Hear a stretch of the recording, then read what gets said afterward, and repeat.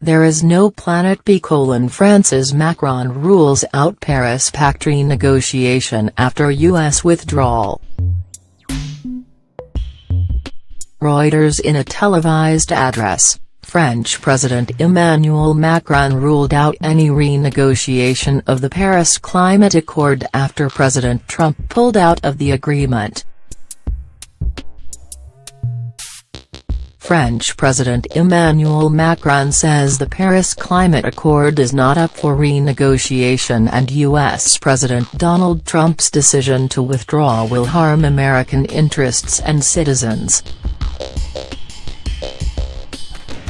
Macron, who made a televised address in French and English, said Trump had committed an error for the interests of his country, his people, and a mistake for the future of our planet. I tell you firmly tonight, we will not renegotiate a less ambitious accord. There is no way, said Macron, who took office less than a month ago. There is no plan B because there is no planet B, French President Emmanuel Macron.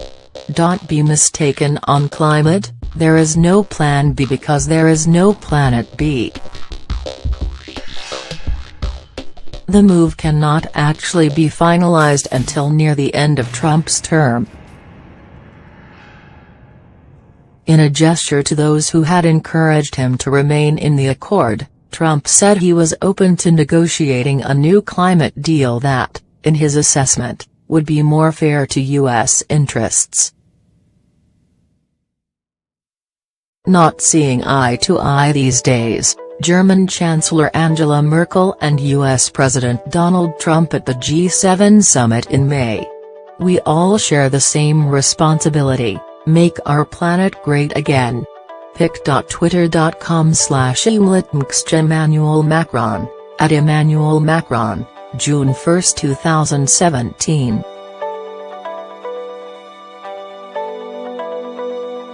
But the leaders of France, Germany and Italy were quick to say no.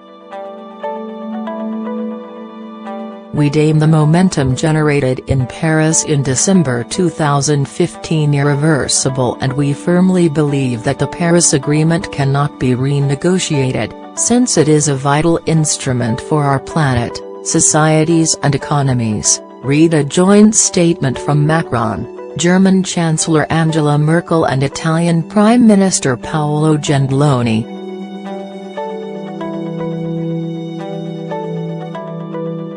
Following Trump's speech, Macron spoke with the president by phone for 5 minutes and indicated that nothing was renegotiable in the Paris Accords, according to a French official briefed on the conversation. The United States and France will continue to work together, but not on the subject of the climate, the official added. Eric Solheim, Executive Director of the United Nations Environment Programme, said in an interview that the biggest losers will be the American people. It's obviously regrettable, he said. The world needs American leadership.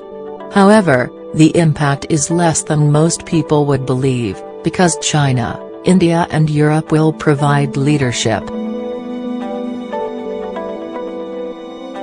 Gina McCarthy, Obama's EPA administrator when the Paris Agreement was negotiated, said in a statement, "It's a disappointing and embarrassing day for the United States." pic.twitter.com/3G5Lio9 Emmanuel Macron, @Emmanuel Macron, June 1, 2017. In Europe, the top climate official at the European Union, Miguel Arias-Canet, decried the U.S. action. A sad day for the global community, as the U.S. turns its back on the fight against climate change. EU deeply regrets this unilateral decision, Canet wrote on Twitter. The EU will strengthen existing partnerships and seek new alliances from the world's largest economies to the most vulnerable island states. A top German politician slammed Trump's decision to pull out from the agreement, mocking him for his brusque brush aside of a Balkan leader last week at a NATO meeting in Brussels. "You can withdraw from a climate agreement but not from climate change, Mr. Trump," Social Democratic leader Martin Schulz tweeted. "Reality isn't just another statesman you shove away." More than 190 nations agreed to the accord in December 2015 in Paris, and 147 have since formally ratified or otherwise joined it, including the United States, representing more than 80% of the world's greenhouse gas emissions.